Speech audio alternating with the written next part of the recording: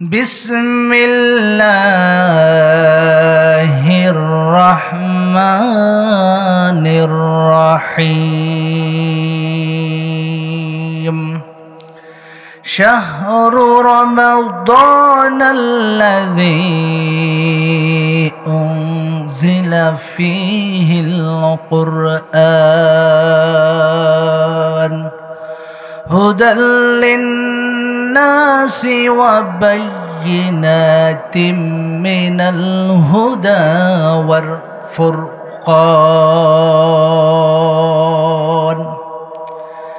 সূরা বাকারা 2 নম্বর সূরার 185 নম্বর আয়াত তেলাওয়াত করেছি। সম্মানিত ভাইয়েরা, আপনারা জানেন আরবির এই মাসের কয়েকদিন পরে একটি মাস আসবে। সেই মাসের নাম কি? রমজানুল মুবারক, রমজান মাস, ঠিক কিনা? এই রমজান মাস পাবার জন্যে আমাদের রাসূল বিশ্বনবী মুহাম্মদ রাসূলুল্লাহ সাল্লাল্লাহু আলাইহি ওয়াসাল্লাম 2 মাস আগের থেকে দোয়া করতেন।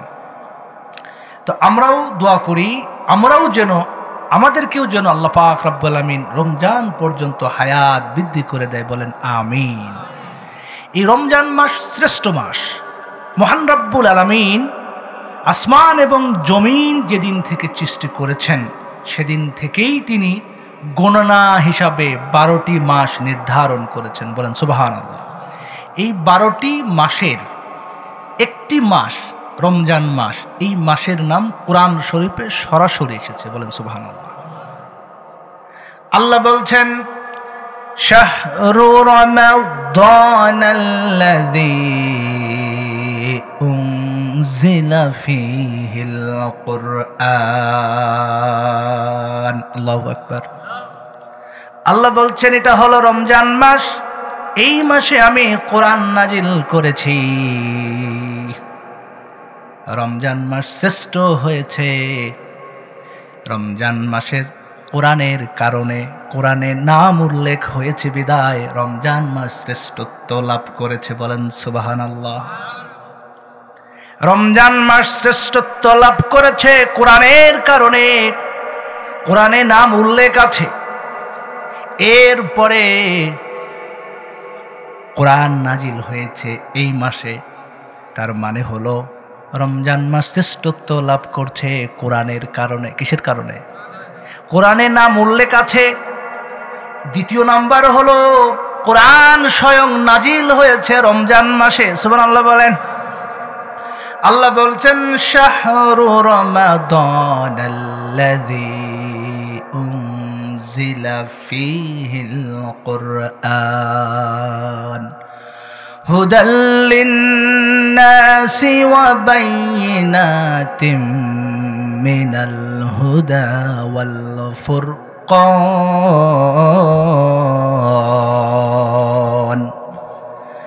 আল্লাহ বলছেন এটা রমজান মাস, এই মাসে আমি কোরআন নাজিল করেছি মানুষের হিদায়াতের জন্যে। এই গ্রন্থে হিদায়াতের নিদর্শনাবলী উল্লেখ আছে, আর এই গ্রন্থটি সত্য মিথ্যাকে পার্থক্য করে দেয়, সুবহানাল্লাহ। রমজান শ্রেষ্ঠত্ব লাভ করেছে কোরআনের কারণে। সম্মানিত ভাইরা, কোরআন হলো এমন একটি গ্রন্থ যেই গ্রন্থের কারণে রমজান শ্রেষ্ঠত্ব লাভ করেছে। এটা বিশ্বাস করেন নাকি? বিশ্বাস করেন। একটি রজনী রয়েছে, সেই রজনীর নাম হলো লাইলাতুল কদর। কি নাম? লাইলাতুল কদর হলো অন্য সকল রাতের থেকে শ্রেষ্ঠ রাত।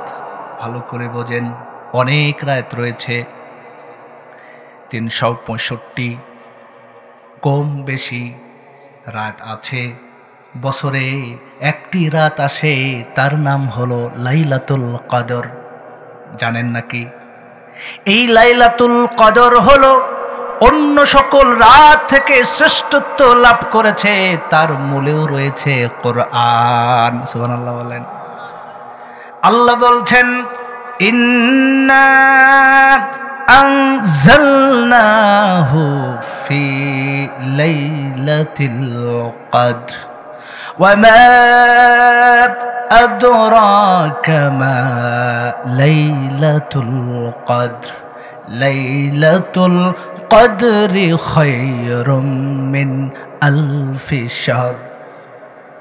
আল্লাহ বলছেন এই কিতাব, এই গ্রন্থটি আমি আল্লাহ কদর রজনীতে নাজিল করেছি।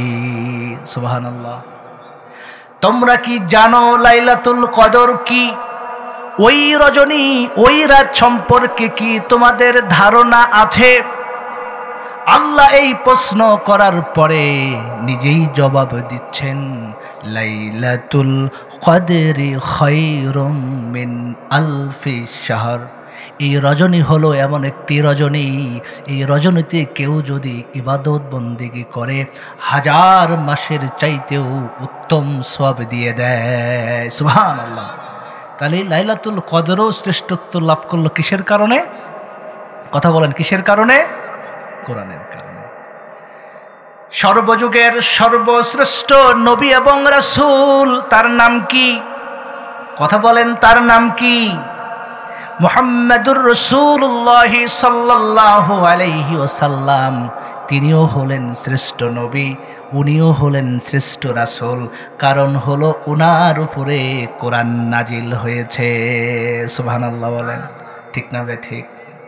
সুতরাং এরকম যত উদাহরণ দিব, সব উদাহরণ একটি কথা বলবে, কোরআনের কারণেই যারা শ্রেষ্ঠত্ব অর্জন করেছে, তারা কোরআনের কারণেই শ্রেষ্ঠত্ব অর্জন করেছে। বলেন সুবহানাল্লাহ।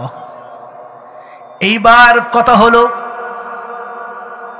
মানুষের মধ্যে কোন মানুষগুলো শ্রেষ্ঠ? আমার সাথে কথা বলবেন, বলেন দেখি, মানুষদের মধ্য থেকে কোন মানুষ শ্রেষ্ঠ মানুষ? কথা বলেন। যারা কোরআনের সাথে সম্পর্ক রাখে। আল্লাহর রাসূল বলেছেন, খায়রুকুম মান তাআল্লামাল কুরআন ওয়া আল্লামা। মানুষের মধ্যে ওই সকল মানুষগুলো শ্রেষ্ঠ যারা নিজে কোরআন শেখে এবং অপরকে শেখায়। বলেন সুবহানাল্লাহ। তার মানে হলো কোরআন যেখানে শ্রেষ্ঠত্ব সেখানে যেই ব্যক্তি কোরআন অনুসরণ করবে সে শ্রেষ্ঠত্ব লাভ করবে। যেই পরিবার কোরআনের সাথে সম্পর্ক রাখবে ওই পরিবার শ্রেষ্ঠত্ব লাভ করবে। যেই সমাজ কোরআনের সাথে সম্পর্ক রাখবে ওই সমাজ শ্রেষ্ঠ হবে।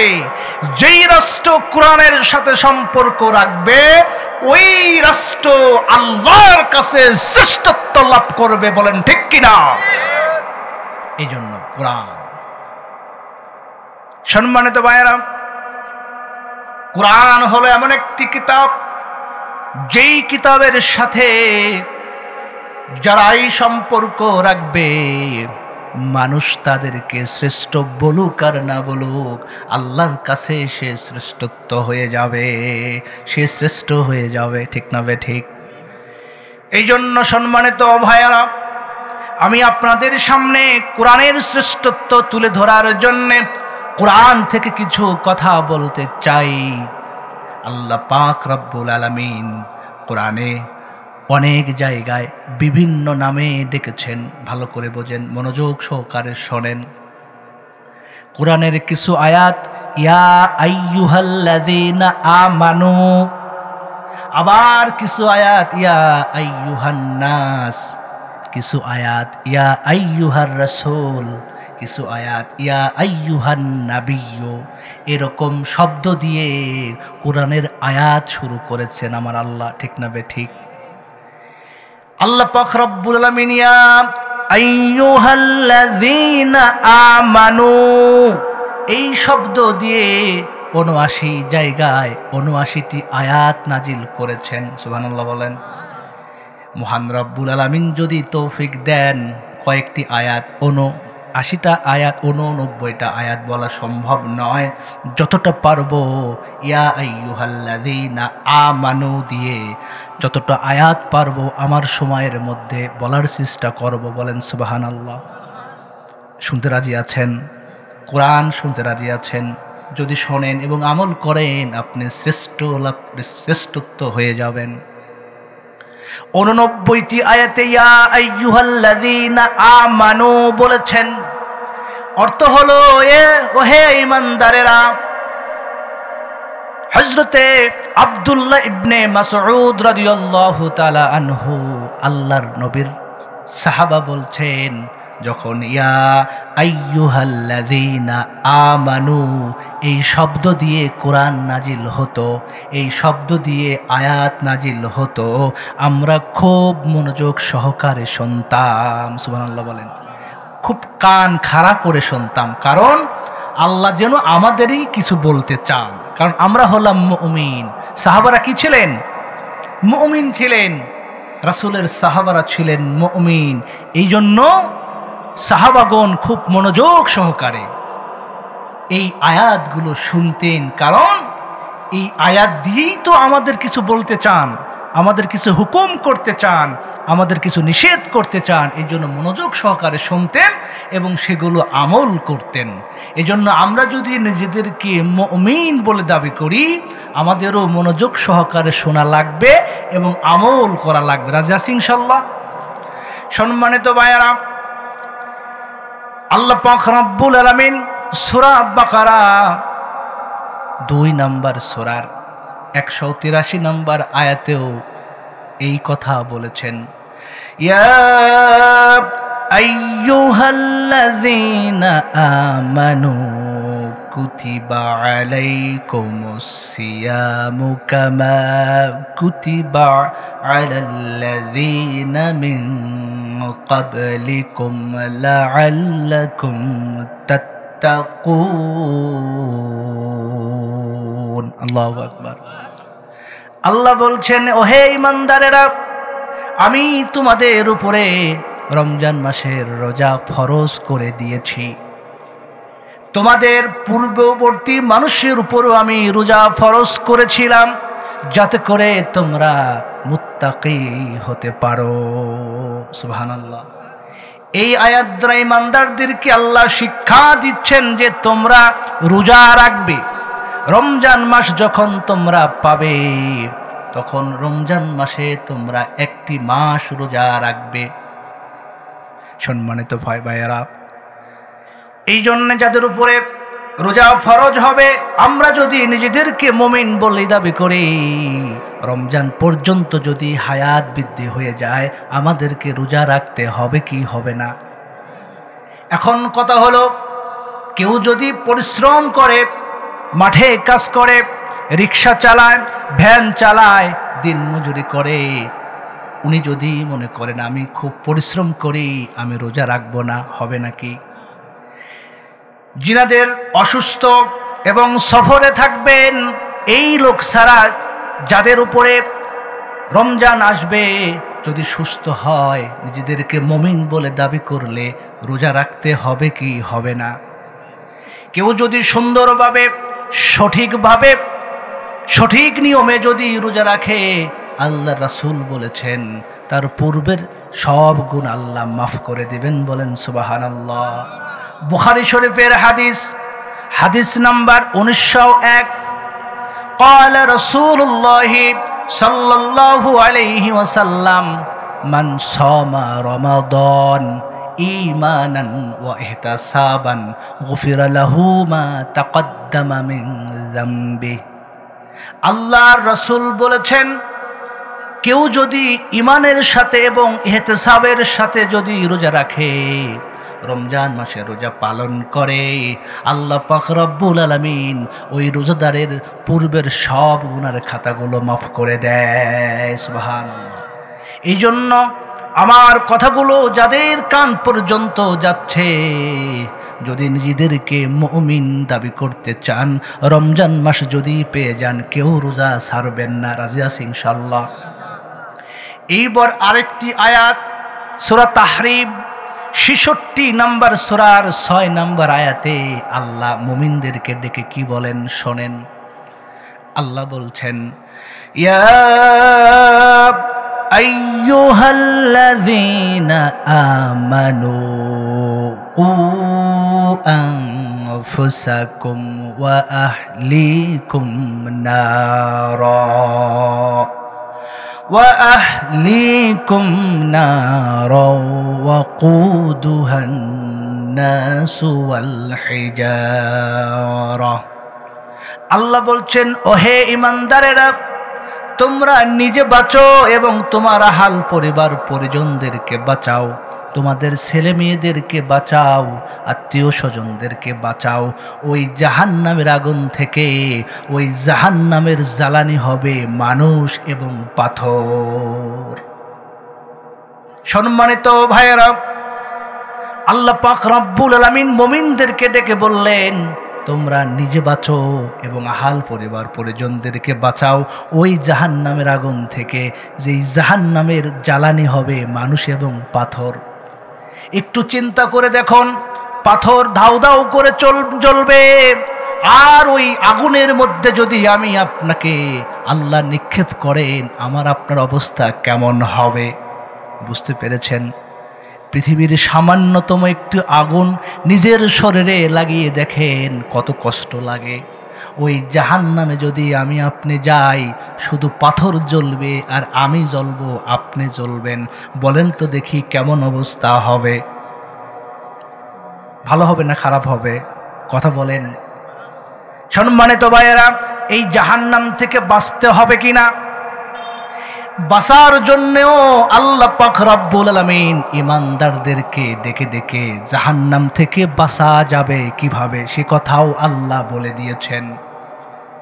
সূরা আস-সাফ 61 নম্বর সূরার 10 এবং 11 নম্বর আয়াত আল্লাহ বলেছেন, ইয়া আইয়ুহাল্লাযীনা আমানু হাল আদুল্লুকুম আলা তিজারাতিন তুনজিকুম মিন আযাবিন আলীম তু'মিনুনা বিল্লাহি ওয়া রাসূলিহি ওয়া তুজাহিদুনা ফি সাবিলিল্লাহি বিআমওয়ালিকুম ওয়া আনফুসিকুম যালিকুম খায়রুল লাকুম ইন কুনতুম তা'লামুন।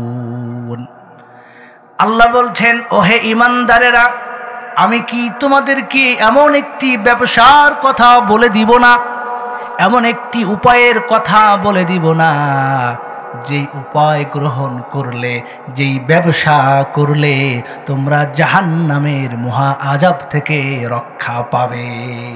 কে বলছেন? আল্লাহ ওই জাহান্নামের আগুন থেকে রক্ষার উপায় বলে দিচ্ছেন, ব্যবসার কথা বলে দিচ্ছেন। শুনবেন, যেই জাহান্নামের আগুন, যেই জাহান্নামের জ্বালানি আমি আর আপনি অথবা পাথর হব, বোঝেন ওই জাহান্নাম থেকে বাঁচার উপায় কে বলে দিচ্ছে? ঈমানদারদেরকে ডেকে কি বলছেন? তু'মিনুনা বিল্লাহি ওয়া রাসূলিহি ওয়া তুজাহিদুনা ফি সাবিলিল্লাহি বিআমওয়ালিকুম ওয়া আনফুসিকুম যালিকুম খায়রুল লাকুম ইন কুনতুম তা'লামুন। আল্লাহ বলছেন, যারা আল্লাহ এবং আল্লাহ রাসূলের প্রতি ঈমান আনবে আর জান এবং মাল দিয়ে আল্লাহ রাস্তায় জিহাদ করবে, এই দুইটা কাজ যারা করবে তারা এই মহা আযাব থেকে রক্ষা পাবে। সুবহানাল্লাহ। তাহলে 1 নম্বর ঈমান আনতে হবে আল্লাহ এবং আল্লাহ রাসূলের প্রতি, আর জিহাদ করতে হবে জান এবং মাল দিয়ে। সম্মানিত ভাইরা, এখন ঈমান আর জিহাদ এই দুইটা কাজ যারা করবে তারা কোথায় যাবে? জান্নাতে। ওই জাহান্নামের মহা আযাব থেকে তারা রক্ষা পাবে। সম্মানিত ভাইরা, কোরআনের কথা মজা লাগছে না? নাকি গান বা ওই একটুই কথা বললে ভালো লাগতো? শুনবেন ইনশাআল্লাহ। হলো আল্লাহ পাক এরকম ৭৯ জায়গায় ঈমানদারদেরকে ডেকে ডেকে বলেছেন। এই আয়াতে বলেছেন ঈমানদারদেরকে ঈমান আনতে হবে আর আল্লাহ রাস্তায় জিহাদ করতে হবে। এখন কথা হলো, জিহাদের কথা বললেই মানুষ মনে করে যে অস্ত্র ধরতে হবে, তরবারি ধরতে হবে। আসলে তা কিন্তু নয়। জিহাদ শব্দের অর্থ হচ্ছে প্রাণান্তকর চেষ্টা করা। আল্লাহ পাক রব্বুল আলামিন যত কর্মসূচি দিয়েছেন মানুষের কল্যাণের জন্যে, এই কর্মসূচিগুলি মানুষের কল্যাণে বাস্তবায়ন করার নামে হচ্ছে জিহাদ। সেটা জান এবং মাল দিয়ে করতে হবে। কেউ যদি মনে করেন আল্লাহর কোরআনে যত কর্মসূচি আছে সকল কর্মসূচি বাস্তবায়ন করার নাম হচ্ছে জিহাদ, যেরকম কোনো মানুষকে আপনি উপকার করবেন টাকা পয়সা দিয়ে, অসুস্থ মানুষ, দুস্থ মানুষ, সেটাও কিন্তু জিহাদ। কেউ ভালো কথা বলছেন, কোরআনের কথা বলছেন, সেটা জিহাদ। কেউ ইসলামের জন্য লিখছেন, লেখালেখি করছেন, সেটাও জিহাদ। মানুষ আমরা বুঝি না, তাই সর্বশেষ জিহাদ হলো কাফের মুশরিকদের বিরুদ্ধে। যারা ইসলামকে দুর্বৃত্ত করতে চায় তাদের সাথে লড়াই করে ইসলামকে বিজয় করার নাম, সেটা হলো চূড়ান্ত জিহাদ। সবকিছুই জিহাদের মধ্যে পড়ে, কিন্তু জিহাদ বলতে আমরা জঙ্গিবাদী মনে করি, ঠিক না বেঠিক? কিছুদিন আগে, কয়েক মাস আগে জিহাদি বই পাওয়ার নামে আলেম ওলামাদেরকে ধরেছে না ভাই? আমি ওই দিকে যাচ্ছি না। তার মানে হলো যেখানে আল্লাহ জিহাদ করতে বলেছেন জাহান্নাম থেকে মুক্তি পাওয়ার জন্যে, কিন্তু আমরা ইসলামী বই, জিহাদি বই পাইলে জঙ্গিবাদী বলে তাদেরকে ধরেছে না। এই জন্যে মুমিন হওয়া লাগবে আর জিহাদ করতে হবে আল্লাহর জন্যে, আল্লাহর দ্বীনের জন্যে, তাহলে কি আমরা জান্নাত পেতে পারি, ঠিক না বেঠিক? সম্মানিত ভাইয়েরা, ঈমান কেন আনা লাগবে? ঈমানদারদেরকে ভালো করে বুঝুন। যদি আপনি পরিপূর্ণ ঈমান না আনতে পারেন, আমি আপনি যতই নিজেদেরকে ঈমানদার বলে দাবি করি, আমি আপনি যদি ঈমানদার না হই, আমাকে জান্নাতে আল্লাহ দিবে না। সূরা নিসা 4 নম্বর সূরার 136 নম্বর আয়াতে ঈমানদারদেরকে ডেকে ঈমান আনার কথা বললেন। আল্লাহ বলছেন, ইয়া আইয়ুহাল্লাযীনা আমানু আমিনু বিল্লাহি ওয়া রাসূলিহি। আল্লাহ বলছেন, ওহে আমার ঈমানদার বান্দা বান্দিরা, শোনো, তোমরা আবার ঈমান আনো আল্লাহ এবং আল্লাহর রাসূলের প্রতি। সুবহানাল্লাহ। কেন বললেন ঈমানদারদেরকে আবার ঈমান আনতে? কারণ আমার আপনার ঈমানের মধ্যে ত্রুটি বিচ্যুতি রয়েছে, বুঝতে পেরেছেন? আমি ওই দিকে যাচ্ছি না। ঈমান যদি পাকা মজবুত না হয়, ঈমান যদি সঠিক না হয়, আপনি যতই ইবাদত বন্দেগী করেন আপনার কোনো কাজে আসবে না, জান্নাত পাবেন না। এই জন্য বারবার আল্লাহ বলেছেন, ঈমানদারদেরকে ডেকে ডেকে কথা বলছেন। এই জন্য আগে ঈমানকে পাকাপোক্ত করতে হবে, এরপর আল্লাহর রাস্তায়, আল্লাহর কল্যাণের জন্যে, মানুষের কল্যাণের জন্যে আল্লাহর যত কর্মসূচি দেওয়া আছে আমাদের সামনে, সকল কর্মসূচি বাস্তবায়ন করার মাধ্যমে জাহান্নাম থেকে মুক্তি পাওয়া লাগবে এবং জান্নাতে যাওয়া লাগবে, ঠিক না বেঠিক? সম্মানিত ভাইরা, কেন নয়? মুসলমানদের কি আল্লাহ পাক রব্বুল আলামিন বলেছেন পরিপূর্ণভাবে ইসলামের মধ্যে দাখিল হওয়া লাগবে, এই কথাও বলেছেন ঈমানদারদেরকে ডেকে ডেকে। আল্লাহ পাক রব্বুল আলামিন বলছেন সূরা বাকারা 2 নম্বর সূরার 208 নম্বর আয়াতে আল্লাহ বলেছেন, ইয়া আইয়ুহাল্লাযীনা আমানু দুখুলু ফিস-সিলমি কাফা।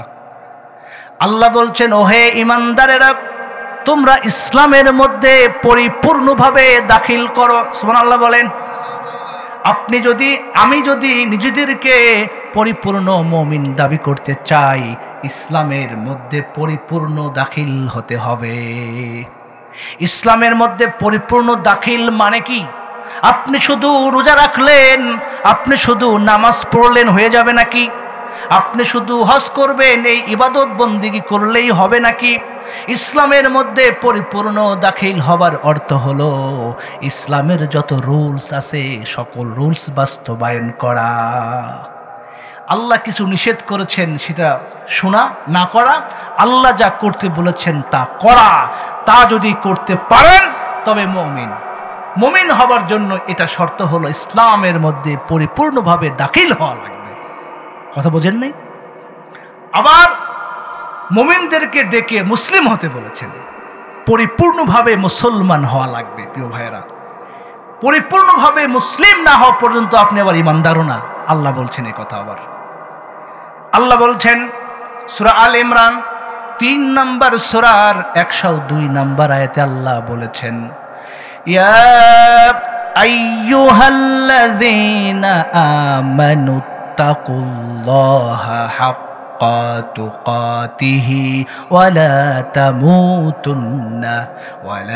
তামুতুন্না ইল্লা ওয়া আনতুম মুসলিমুন। আল্লাহু আকবার। আল্লাহ বলছেন, ওহে ইমানদারেরা, তোমরা আল্লাহকে ভয় করো, যথাযথভাবে ভয় করো, আর মুসলমান না হয়ে মৃত্যুবরণ করো না। তার মানে হলো ইমানদার হওয়ার জন্য মুসলমান হওয়া লাগবে। আল্লাহ বলছেন মুসলমান না হয়ে মৃত্যুবরণ করো না। এখন প্রশ্ন হলো, আমি আপনি তো মুসলমান না, আমাদেরকে আবার মুসলিম হয়ে মরতে হবে কেন? প্রশ্ন আসে না? তার মানে হলো আমরা নামে মুসলমান, কাজে মুসলমান নয়। আল্লাহ পাক রব্বুল আলামিন এই আয়াতে কাজে মুসলমান হওয়ার জন্য বলছেন, নামে মুসলমান হওয়ার জন্য বলে নাই। আমার কথা কান খাড়া করে শোনেন, একটি উদাহরণ দেওয়ার মাধ্যমে আপনাদেরকে জানাতে চাই, আল্লাহ পাক রব্বুল আলামিন এই আয়াতে মুসলমান হওয়ার জন্য বলেছেন, নামে মুসলমানের জন্য বলে নাই। একটু ভালো করে বোঝেন। মনে করেন এই ইউনিয়নের চেয়ারম্যান, ভালো করে বোঝেন, এই ইউনিয়নের একটা উদাহরণ দিচ্ছি আর কি। এই ইউনিয়নের বর্তমান চেয়ারম্যান, উনি তো চেয়ারম্যান, তাই নাকি? উনার সন্তান যদি এসে বলে যে আমার বাবা চেয়ারম্যান, আমি চেয়ারম্যান, মেনে নেবেন? প্রশ্ন, মেনে নেবেন? সুতরাং আপনার দাদা মুসলমান ছিল, আপনার বাবা মুসলমান ছিল, এই জন্য আমিও আমার নামে মোহাম্মদ লাগিয়েছি বিধায় আমি আমাকে কখনোই মুসলমান বলে দাবি করতে পারবো না যতক্ষণ পর্যন্ত না নিজে মুসলমান হব। ঠিক না বেঠে?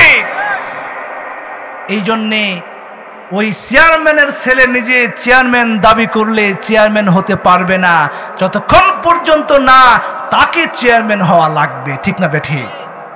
এই জন্য আল্লাহ বলেছেন, হে ইমানদারেরা, তোমরা আল্লাহকে ভয় করো, যথাযথভাবে ভয় করো, আর তোমরা মুসলমান না হয়ে মৃত্যুবরণ করো না। এই জন্যে আমাদের মুসলমান হওয়া লাগবে। তার মানে হলো একই কথা। মুসলিম শব্দের অর্থ হচ্ছে আত্মসমর্পণকারী। আল্লাহ পাক রব্বুল আমিন যা করতে বলেছেন তা করব, আর যা করতে নিষেধ করেছেন তা বর্জন করব। এর নাম হলো মুসলমান। এটা যদি না করে মরতে পারি, আল্লাহ আমার আপনার জন্য অবশ্যই অবশ্যই পাকড়াও রেখে দিয়েছেন, শাস্তি রেখে দিয়েছেন। এই জন্য মুসলমান হতে রাজি আছি ইনশাল্লাহ। সম্মানিত ভাইয়েরা, এরপরে আরেকটি আয়াতে আল্লাহ পাক রব্বুল আলামিন বলছেন, সূরা হজ 22 নম্বর সূরার 77 নম্বর আয়াতে আল্লাহ বলছেন, ইয়া আইয়ুহাল্লাযীনা আমানুরকাউ ওয়াসজুদু ওয়া'বুদু রাব্বাকুম ওয়াফআলুল খায়রা লা'আল্লাকুম তুফলিহুন। আল্লাহ বলছেন, ও হে ঈমানদারেরা, 89টা আয়াত ভালো করে বোঝেন, যে কয়টা পারি। আল্লাহ পাক রব্বুল আলামিন বলছেন, ও হে ঈমানদারেরা, তোমরা রুকু করো, তোমরা সিজদা করো, আর ভালো কাজ করো। সুবহানাল্লাহ বলেন। আল্লাহ বলছেন, ইয়া আইয়ুহাল্লাযীনা আমানুরকাউ ওয়াসজুদু ওয়া'বুদু রাব্বাকুম, তুমি তোমার রবের সিজদা করো, তুমি তোমার রবের রুকু করো, তুমি তোমার রবের ইবাদত করো। সুতরাং প্রিয় ভাইয়েরা, আমার কথাগুলো যাদের কানে যাচ্ছে ভালো করে শোনেন। আল্লাহ বলছেন, মুমিন হবার জন্যে রুকু করা লাগবে, মুমিন হবার জন্য সিজদা করা লাগবে, মুমিন হবার জন্য আল্লাহর ইবাদত বন্দিগি করা লাগবে, অর্থাৎ নামাজ পড়া লাগবে। লাগবে কিনা? ইমানদার হওয়ার জন্য নামাজ পড়া লাগবে। মসজিদের জালসা হচ্ছে মসজিদের উন্নয়নের জন্যে, মাহফিল হচ্ছে তাফসিরুল কোরআন মাহফিল হচ্ছে। আল্লাহ এই কোরআনে বলেছেন, ও ইমানদারেরা তোমরা রুকু করো, সিজদা করো, তার মানে হলো নামাজ পড়ো, ঠিক কিনা? এই জন্য ইমানদার যদি নিজেদেরকে দাবি করতে চায় 5 ওয়াক্ত নামাজ পড়তে হবে। কেউ যদি 5 ওয়াক্ত নামাজ না পড়ে নিজেদেরকে ইমানদার বলে দাবি করে, সে কি প্রকৃত ইমানদার বলেন? এই জন্যই তো আল্লাহ বলেছেন, ইয়া আইয়ুহাল্লাযীনা আমানু আমিনু, ও হে ইমানদারেরা তোমরা ঈমান আনো। তার মানে হলো যারা নামাজ পড়ো না নামাজ পড়ো, যারা রোজা রাখো না রোজা রাখো, যারা হজ করো না তারা হজ তাদের উপরে ফরজ হয়েছে, হজ করো। কথা বোঝেন নাই? ইসলাম প্রতিষ্ঠা করা ফরজ। ইসলাম আল্লাহর জমিনে দিন কায়েম করো, যদি না করি আমি ইমানদার নই। এই জন্য আল্লাহ পাক রব্বুল আলামিন ইমানদারদেরকে ঈমান আনানোর জন্য বলেছেন। সম্মানিত ভাইরা, যারা 5 ওয়াক্ত নামাজ পড়েন না তাহলে বুঝেন আপনি ইমানদার নয়। এর জন্য আজ থেকে সিদ্ধান্ত গ্রহণ করেন, নিজেকে যদি ইমানদার বলে দাবি করতে চান 5 ওয়াক্ত নামাজ পড়তে হবে, ঠিক না বেঠিক? কেউ যদি 5 ওয়াক্ত নামাজ না পড়ে নিজেদেরকে ইমানদার বলে দাবি করেন, আপনি প্রকৃত আল্লাহর কাছে ইমানদার নয়। শুধু কি তাই, নামাজ পড়ে ইমানদারদেরকে বলছেন, দুনিয়ার মানুষ ভালো করে শোনেন, এই গ্রামের মানুষ ভালো করে শোনেন, যদি কেউ সমস্যার মধ্যে পড়েন, যদি আল্লাহর কাছে চার কোনো কিছু প্রয়োজন হয়, আপনি বিভিন্ন সমস্যায় জর্জরিত আছেন, আপনি কারো কাছে চাইবেন না। আপনি যদি ইমানদার হন তাহলে নামাজ পড়ে পড়ে ধৈর্য ধারণ করে আল্লাহর কাছে চাবেন, ঠিক না বেঠিক? আল্লাহ বলেছেন ইমানদারদেরকে ডেকে, সূরা বাকারা 2 নম্বর সূরার 153 নম্বর আয়াতে আল্লাহ বলছেন, ইয়া আইয়ুহাল্লাযীনা আমানুস্তাঈনু বিস-সাবরি ওয়াস-সালাহ ইন্নাল্লাহা মা'আস-সাবিরিন। আল্লাহু আকবার। আল্লাহ বলছেন, ওহে ঈমানদারেরা, যদি তোমাদের কোনো কিছু চাওয়ার প্রয়োজন হয়, আমি আল্লাহর কাছে চাও নামাজ পড়ে পড়ে এবং ধৈর্য ধারণ করে। বলেন সুবহানাল্লাহ। ঈমানদার হচ্ছে ওই ব্যক্তি, যদি কোনো সমস্যায় পড়ে সে ধৈর্য ধারণ করবে এবং নামাজ পড়ে আল্লাহর কাছে চাবে, ঠিক না ঠিক? তবেই কি আপনি ঈমানদার। সাপোজ মনে করেন আপনার ছেলে মেয়ে হয় না, এরকম আছে না?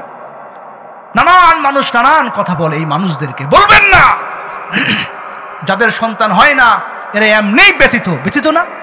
আপনাদের গ্রামে আসেন জানি না, আমি উদাহরণ দেওয়ার জন্য বলছি। এই যে কথা হচ্ছে, এই কথাগুলো অনেকেই শুনবে, আসে না এরকম? কারো ছেলে মেয়ে হয় না, এটা কি তার দোষ? এটা আল্লাহ দিচ্ছেন না। তারপরে পাশের লোক, দূরের লোক, কাছের লোক নানান কথা বলে, কান পড়া দেয়, ঠিক কিনা? সে এমনি ব্যথিত, আরও কষ্ট পায়। এই জন্য সে কিভাবে আমার সন্তান হবে, কিভাবে আমার একটি ছেলে হবে, কিভাবে আমার একটি মেয়ে হবে, তখন সে খারাপ পথে যায়, ঠিক না বেঠিক? যদি সে খারাপ পথে যাওয়ার জন্য আপনি দায়ী হন, আপনি ইমানদার নয়। এই জন্য এই কথা এই জন্য বললাম, যে কোনো সমস্যা, আপনার ছেলে হয় না, আপনার মেয়ে হয় না, খবরদার মাজারে যাবেন না, খবরদার কারো কাছে যাবেন না। যাবেন কার কাছে? আল্লাহর কাছে। আমি একটা উদাহরণ দিলাম, যে কোনো সমস্যা হবে, প্রত্যেক সমস্যা আপনি সমাধান করবেন আল্লাহর কাছ থেকে নামাজ পড়ে এবং ধৈর্য ধারণ করে। কে বলেছেন একথা? আল্লাহ বলেছেন। এই জন্য ঈমানদার হলো তারা যারা সমস্যায় পড়লে কোনো চিন্তা করবে না, ধৈর্য ধারণ করবে আর নামাজ পড়বে। সাহাবা আজমাইন রাদিয়াল্লাহু তাআলা আনহুরা এটাই করতেন। কোনো সমস্যায় পড়লে নামাজে দাঁড়িয়ে যেতেন, সমস্যা সমাধান করে নিতেন আল্লাহর কাছ থেকে। সুবহানাল্লাহ বলেন। এই জন্য আমাদের উচিত হবে নামাজ পড়া। নামাজ পড়া লাগবে কি লাগবে না? সম্মানিত ভাইরা, এবার আসুন আরেকটি আয়াত। ইমানদারদেরকে আল্লাহ ডেকে বলেছেন, আমাদের মতো বক্তাদেরকে কথা বলেছেন, যারা যা বলে কিন্তু আমল করে না। আছে না এরকম? নিজে যা বলে কিন্তু করে না, এমন বক্তাও আছে, এমন মানুষও আছে সমাজে, আছে না? খুব ভালো পরামর্শ দেয়, খুব ভালো কথা বলে, কিন্তু নিজে মানে না, আছে না? এই সকল লোক যদি হন, আপনি মুমিন নন, আপনি যদি মুমিন হন, আপনি যা করবেন তা বলবেন, যা বলবেন তা করবেন, ঠিক না বেঠিক? আল্লাহ বলছেন সূরা সফ 61 নম্বর সূরার 1 নম্বর আয়াতে আল্লাহ বলছেন ইয়া আইয়ুহাল্লাযীনা আমানু লিমা তাকুলুনা মা লা তাফআলুন। আল্লাহু আকবার। আল্লাহ বলছেন, ওহে ঈমানদারেরা, তোমরা যা করো না তা বলো কেন? তোমরা যা করো না তা বলো কেন? ঈমানদারদেরকে ডেকে বলেছেন। তাহলে বলেন তো দেখি, যদি আমি যা করি না তা বলি, এমন বক্তা হোক আর যে মানুষই হোক, সে কি ঈমানদার না বেঈমান? কথা বুঝতে পেরেছেন? এর জন্য উচিত হলো আমি যা করব তাই বলবো, যা বলবো অবশ্যই তা পালন করব। যদি না করি আমি ঈমানদার নয়।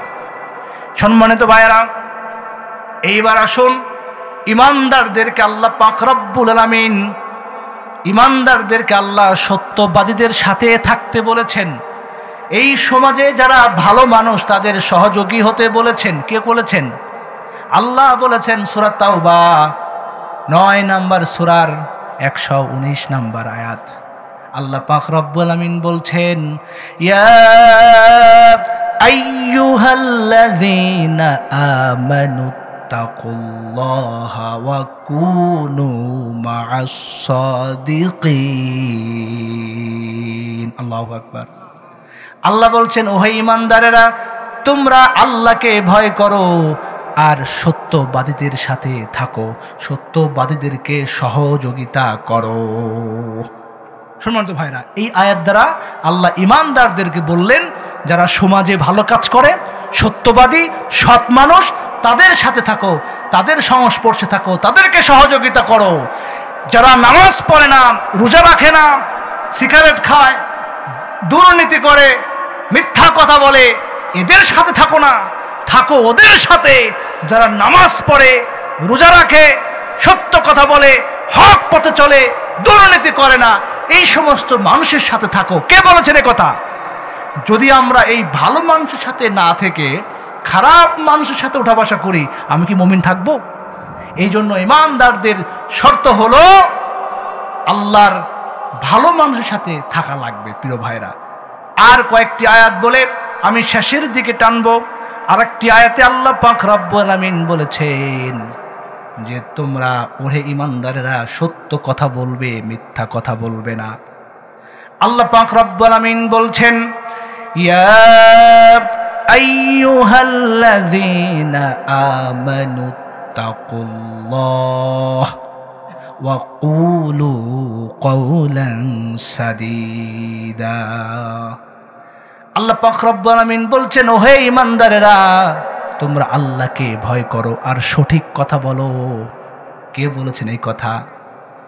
এই জন্য আমরা যদি ঈমানদার নিজেদেরকে দাবি করি, আল্লাহ বলেছেন সঠিক কথা বলো, মিথ্যা কথা বলো না। আমরা যদি নিজেদেরকে ঈমানদার বলে দাবি করতে চাই, মিথ্যা কথা পরিহার করে সত্য কথা বলা লাগবে, ঠিক না বেঠিক? এখন আপনাকে যদি মিথ্যা সাক্ষী দেবার জন্য বলে, দিবেন নাকি? কথা বলেন, দিবেন নাকি?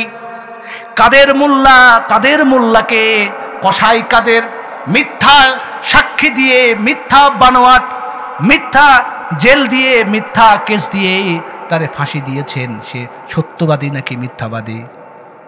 এই জন্যে সম্মানিত ভাইরা, যত কিছুই আসুক না কেন, যত বিপদ আসুক, যত মুসিবত আসুক, কখনোই সত্য কথা ছাড়া মিথ্যা কথা বলবো না। এখন আপনাদেরকে আরেকটি আমি এখনকার জন্য একটি আমল দিব, সেটাও আল্লাহ পাক রব্বুল আলামিন ঈমানদারদেরকে ডেকে ডেকে বলেছেন। এখন ওই আমলটা করা যাবে। ওই আমল করতে রাজি আছে কিনা ইনশাল্লাহ?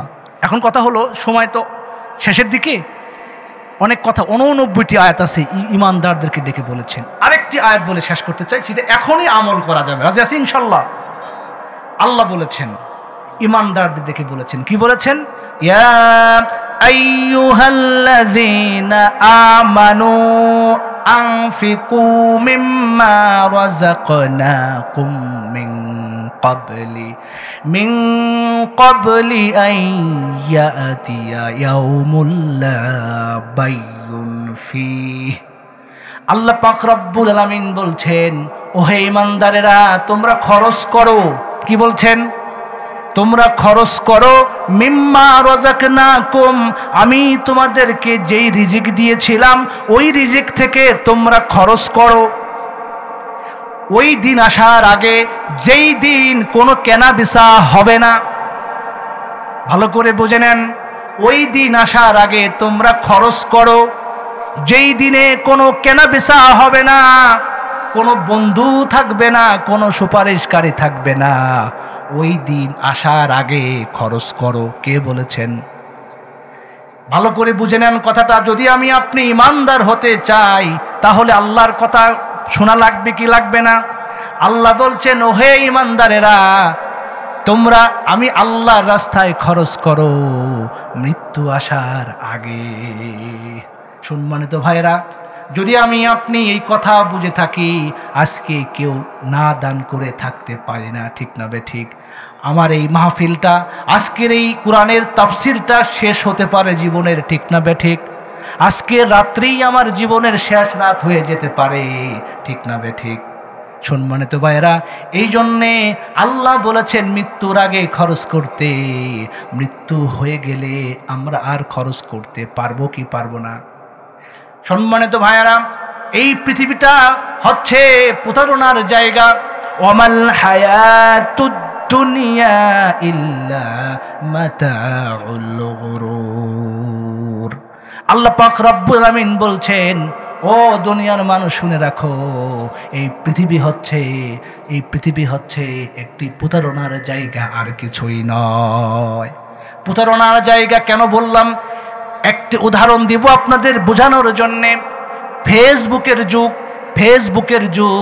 ফেসবুকের টাইটেলে লেখা আছে মানুষ কিভাবে মারা যায়। ভালো করে বুঝে নেন। টাইটেলে লেখা আছে, আহারে মানুষ কিভাবে মারা যায়। এরকম ফেসবুক যখন আমি খুললাম, এরকম টাইটেল দেখে দেখলাম এই কথা কেন বলছি একটু আমি দেখি। এক দুই মিনিট দেখে দেখলাম একজন মানুষ, সুন্দর ভদ্রলোক, মোটর সাইকেল চালিয়ে সুন্দর রাস্তা দিয়ে যাচ্ছে। তার সামনেও কোনো গাড়ি নাই, পিছনেও কোনো গাড়ি নাই, ডানেও কোনো গাড়ি নাই, বামেও কোনো গাড়ি নাই। সুন্দর ভদ্রভাবে মোটর সাইকেল চালিয়ে যাচ্ছে। হঠাৎ করে পিছন থেকে একটি ট্রাক এসে ওই ভদ্রলোকের উপরে উঠিয়ে দিল। ওখানেই মৃত্যুবরণ করলেন। সম্মানিত ভাইরা, এই জন্য বললাম ভালো করে শোনেন। ওই লোক যদি জানতো আজকে আমি মোটর সাইকেল আরোহণ করে যখন রাস্তায় বের হব তখন আমি মারা যাব, ওই লোকটি কি মোটর সাইকেল নিয়ে বের হতো? কথা বলেন, বের হতো? যদি তার স্ত্রী জানতো আমার স্বামী মোটর সাইকেল নিয়ে আজকে বের হলে ইন্তেকাল করবেন, ওই স্ত্রী কি বের হতে দিত? কোন সন্তান যদি জানতো আমার বাবা এরকম বের হলে আজকে মৃত্যুবরণ করবে, বের হতে দিত? সুতরাং কেউ জানে না কিভাবে মৃত্যু হবে। এই জন্য একটি আমল বললাম, আল্লাহ ইমানদারদেরকে ডেকে বলছেন, তোমরা মৃত্যু হবার আগে খরচ করো তোমাদেরকে যেখান থেকে আমি রিজিক দিয়েছি ওই রিজিক থেকে। আমার আপনার রিজিক বলতে যার যা আছে ওটাই রিজিক। কারো অল্প সম্পদ আছে, কারো বেশি সম্পদ আছে। আল্লাহ যাকে যতটুকু দিয়েছেন অতটুকুই তার জন্য রিজিক। ওই রিজিক থেকে দান করার জন্য বলেছেন। রাজি আছি ইনশাআল্লাহ? পৃথিবীর বুকে সব চাইতে ভালো জায়গা হলো মসজিদ। আল্লাহ রাসূল বলেছেন, আহাব্বুল বিলাদি ইলাল্লাহি মাসাজিদুহা। আল্লাহ রাসূল বলেছেন, পৃথিবীর মধ্যে আল্লাহর কাছে সব চাইতে ভালো জায়গা হলো আল্লাহর ঘর, মসজিদ। ওয়া আবগাদুল বিলাদি ইলাল্লাহি আসওয়াকুহা। আল্লাহর নবী বলেছেন, পৃথিবীর মধ্যে আল্লাহর কাছে সব চাইতে নিকৃষ্ট জায়গা হলো বাজার। এই বাজারে বসে বসে মানুষ চা খায়, প্রতিদিন 10 টাকা 20 টাকা 50 টাকা খরচ করে কিনা? যেই জায়গায় বলেছেন আল্লাহর কাছে সব চাইতে খারাপ জায়গা, আর আল্লাহর কাছে সব চাইতে প্রিয় জায়গা হলো মসজিদ, আল্লাহর ঘর। এই ঘরে দান করতে হবে প্রিয় ভাইয়েরা। রাজি আছি ইনশাআল্লাহ? যার যা আছে ইনশাল্লাহ ইনশাল্লাহ দান করব। এই জন্য বললাম আপনার আমার মৃত্যু এখনই হয়ে যেতে পারে, আজকের মাহফিলই শেষ মাহফিল হতে পারে, আজকের রাতটাই শেষ রাত হতে পারে। এই জন্যে আল্লাহর ঘরে দান করেন, পরকালে পাওয়া যাবে। আমার বাড়ি একদম তো ইউনিয়ন চৌবাড়িয়া গ্রাম। আমি চাকরি করেছি ঢাকাতে ইসলামী ব্যাংক হাসপাতাল, প্রশাসনিক কর্মকর্তা হিসেবে ছিলাম। আমি লোক প্রশাসন বিভাগ থেকে চট্টগ্রাম বিশ্ববিদ্যালয় থেকে অনার্স মাস্টার্স করেছিলাম। এরপরে আমি কামিল পাশ করেছিলাম, ওই কামিলের নিবন্ধন ছিল। শেষে এসে NTRC এর মাধ্যমে শিবপুর তহা ফাজিল মাদ্রাসায় আল্লাহ পাক কবুল করেছেন আমাকে। আপনারা আমার জন্য দোয়া করবেন। অনেক বড় বেতনের টাকা ছেড়ে দিয়ে আমি এরকম একটি প্রতিষ্ঠানে এসেছি, একমাত্র কারণ হলো দ্বীনের খেদমত করার জন্যে। আমার জন্য আপনারা দোয়া করবেন, আল্লাহ যেন আমাকে কবুল করেন, আপনাদেরকেও কবুল করেন। আল্লাহুম্মা সাল্লি আলা সাইয়্যিদিনা মাওলানা মুহাম্মদ ওয়া আলা আলিহি ওয়া আসহাবিহি বারিক ওয়াসাল্লিম। আল্লাহুম্মা সাল্লি আলা সাইয়্যিদিনা মাওলানা মুহাম্মদ ওয়া আলা আলিহি ওয়া আসহাবিহি বারিক ওয়াসাল্লিম। আলহামদুলিল্লাহি রাব্বিল আলামিন ওয়াস সালাতু ওয়াস সালামু আলা সাইয়্যিদিল আমবিয়াই ওয়াল মুরসালিন ওয়া আলা আলিহি ওয়া আসহাবিহি আজমাইন। ربنا ظلمنا أنفسنا وإن لم تغفر لنا وترحمنا لنكونن من الخاسرين. ربنا آتنا في الدنيا حسنة وفي الآخرة حسنة وقنا عذاب النار. رب ارحمهما كما ربياني صغيرا. رب العالمين আমরা আপনার কোরআনের মাহফিলে আয় আল্লাহ ইশার নামাজ পড়ে মাগরিবের নামাজ পড়ে আয় আল্লাহ অনেকেই আলোচনা করেছেন, আমিও আলোচনা করলাম, অনেকেই শুনেছে। আল্লাহ রাব্বুল আলামিন এই মাহফিল, এই তাফসীরুল কোরআন মাহফিল যিনারা আয়োজন করেছেন, সহযোগিতা করেছেন, বলার জন্য এসেছেন এবং শোনার জন্য এসেছেন, এবং যারা শুনছেন, ওগো আল্লাহ কিয়ামতের দিন এই মাহফিলকে নাজাতের ওসিলা বানিয়ে দিও আল্লাহ। আয় আল্লাহ জীবনে যত ভালো কাজ করেছে সকল ভালো কাজকে তুমি কবুল করে নিও। ওগো আল্লাহ যত অন্যায় করেছি, পাপ করেছি, গুনাহ করেছি, জেনে করেছি না জেনে করেছি, বুঝে করেছি না বুঝে করেছি, দিনে করেছি রাতে করেছি, ওগো আল্লাহ প্রকাশ্যে করেছি অপ্রকাশ্যে করেছি, ও গফুরুর রহিম তুমি আমাদের সকলের সব গুনার খাতগুলো মাফ করে দিও।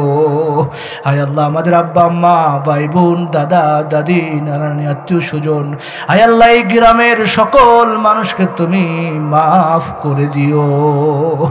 রাব্বুল আলামিন যা আলোচনা করেছি কোরআন থেকে ভুল ভ্রান্তি হলে ক্ষমা করে দিও।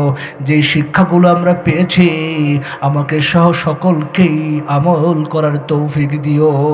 ওগো আল্লাহ প্রকৃত মুমিন হিসাবে আমাদেরকে কবুল করে নিও। হায় আল্লাহ এই মসজিদের শুরু থেকে, মসজিদ নির্মাণ শুরু থেকে আজ পর্যন্ত যারা সহযোগিতা করেছেন, খাদেম ছিলেন, নামাজ পড়েছেন, সকলকেই তুমি মাফ করে দিও আল্লাহ। হায় আল্লাহ আজকে যারা দান করেছেন শুরু থেকে শেষ পর্যন্ত আরও যারা দান করবেন তাদের দানকে কবুল করে নিও। যেই উদ্দেশ্যে যেই নিয়তে দান করবে সেই উদ্দেশ্য নিয়তকে তুমি কবুল করে নিও আল্লাহ। পরিশেষে তোমার কাছে বলি আল্লাহ এই পৃথিবীর মায়া ত্যাগ করে একদিন চলে যেতে হবে, জানি না ওই দিনটা কখন কিভাবে হবে। আল্লাহ রাব্বুল আলামিন হবে এটা সুনিশ্চিত। আল্লাহ যখনই যেভাবেই হোক না কেন তুমি ঈমানের সঙ্গে কবুল করে নিও আল্লাহ। আয় আল্লাহ পৃথিবীতে যদি ভালো কাজ করে মৃত্যুর সময় যদি ঈমান হারা হয়ে যায় ওই ভালো কাজের কোনো মূল্য নাই। এই জন্য আল্লাহ যখন ইন্তেকাল করব ওগো আল্লাহ ঈমানের সঙ্গে কবুল করে নিও। আয় আল্লাহ, কবর থেকে শুরু করে জান্নাতে যাওয়ার আগ পর্যন্ত যত পরীক্ষা নেবে সকল পরীক্ষা থেকে উত্তীর্ণ করে দয়া করে মায়া করে জাহান্নাম থেকে মুক্তি দিয়ে জান্নাতে পৌঁছায় দিও। সুবহান রাব্বিকা রাব্বিল ইজ্জাতি আম্মা ইয়াসিফুন ওয়া সালামুন আলাল মুরসালিন ওয়ালহামদুলিল্লাহি রাব্বিল আলামিন।